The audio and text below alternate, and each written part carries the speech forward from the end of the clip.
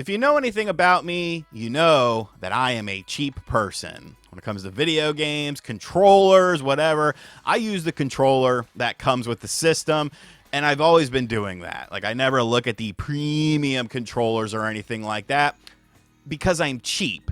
But with my Xbox Series X, maybe I should have looked at a premium controller a little bit sooner, because I have gone through so many official Xbox controllers with that because of stick drift.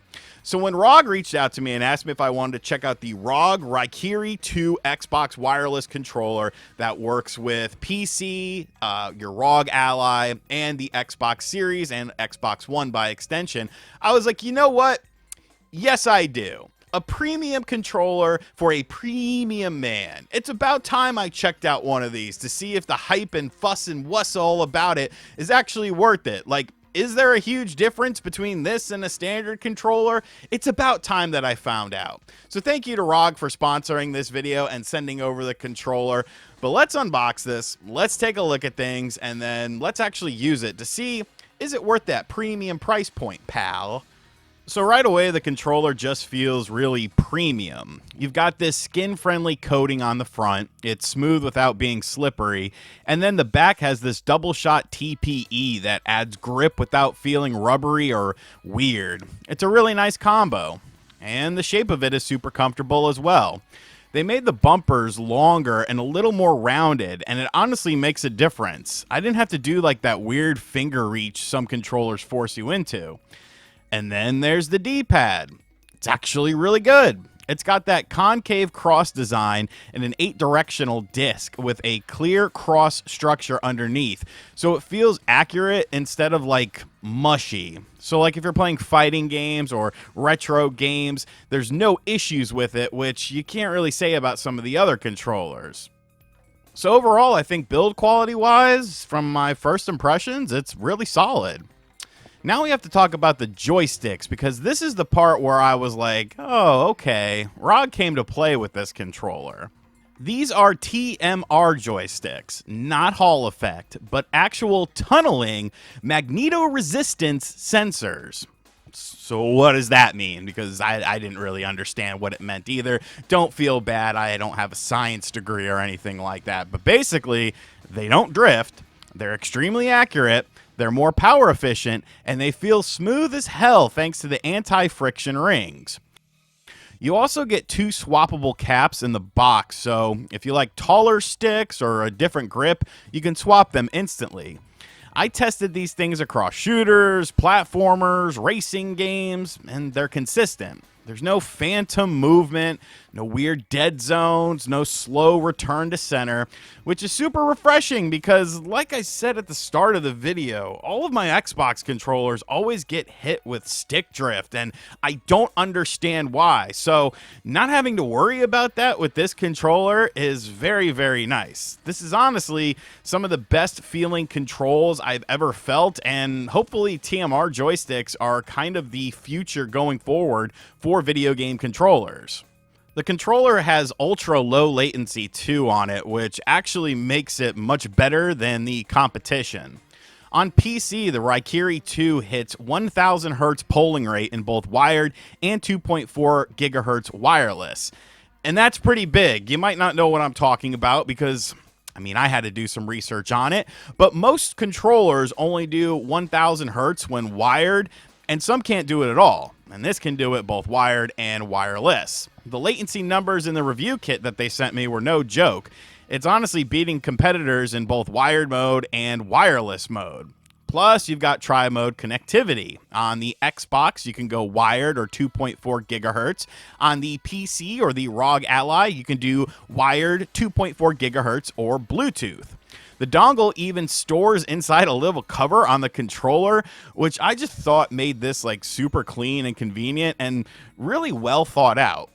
Wireless performance on PC was legit. I couldn't feel any lag, and on Xbox it's locked to 250 Hz, which is a Microsoft restriction, but it still felt very snappy when using the controller. Now let's talk about the triggers on this controller and the buttons, because this is where everything just kind of clicked for me on the controller. So there are dual mode triggers, meaning that you can switch between either a TMR analog trigger, which has full range and is used for like racing games and stuff like that, and micro switch triggering mode, which is a more shorty clicky mode for games like shooters. And the trigger stops are actually physical. There's an upper stop for a short mode or a lower stop for a full mode. In micro switch, they feel super crisp, like faster response, clean tactile clicks. It feels like clicking a mechanical mouse, just a lot bigger. And like, this is like a whole new world for me, because I don't use premium controllers, but I don't know, maybe I should be using them. It also has micro switch everything. The A, B, X, Y buttons, clicky, sharp, and instant. The D-pad, same thing. The bumpers, you guessed it, yep. The rear buttons, also micro switches. So if you like clicky, responsive buttons instead of like mushy, rubbery ones, like this is definitely a great controller. Speaking about the back buttons, you actually get 4 rear buttons, and the placement is actually very comfortable. It's not too low and it's not too high. Now, they don't have default functions, but on-the-fly mapping is super easy with it. You tap Command Center or Library, the logo blinks, you press the rear button, you press the button you want it to mimic, and there you go. It's an instant remap. You can also tweak everything in the new GearLink software, which is totally web-based and no installation is needed. You can adjust response curves, vibration, dead zones, lighting, profiles, pretty much anything you could think of. The recalibration tool for the triggers and sticks is also a very nice touch because, I mean, with a premium controller, longevity matters. And speaking of longevity, battery life on the 2.4 gigahertz wireless mode is up to 50 hours with RGB audio and vibration off.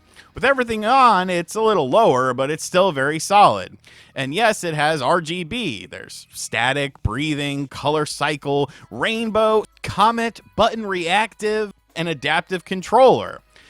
Of course, you can turn it off like a normal human if you don't need your controller to rave like a glow stick, but I mean, it is cool to have the option if you like pretty colors and flashing lights.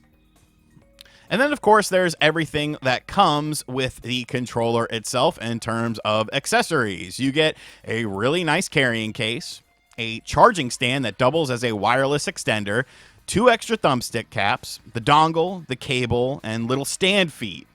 The charging stand is awesome on a desk. It keeps the controller charged, and it also boosts the signal as well. So, like, it's a lot more useful than just a basic stand that just sits there and, like, displays your controller. I like the fact that it has functionality along with a nice form factor to look pretty either sitting on your desk or underneath your television. Now let's talk about the elephant in the room, because this controller does run you about $189 to $199 depending on where you get it.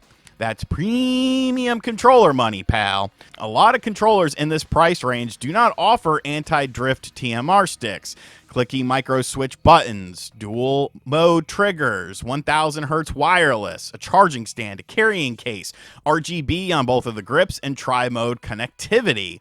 So when you take into account that versus other controllers in this price range, or a little bit higher or a little bit lower, like, it's one of the most complete premium packages that you can buy, like, right now out of any controller for your Xbox, your PC, or your ROG Ally.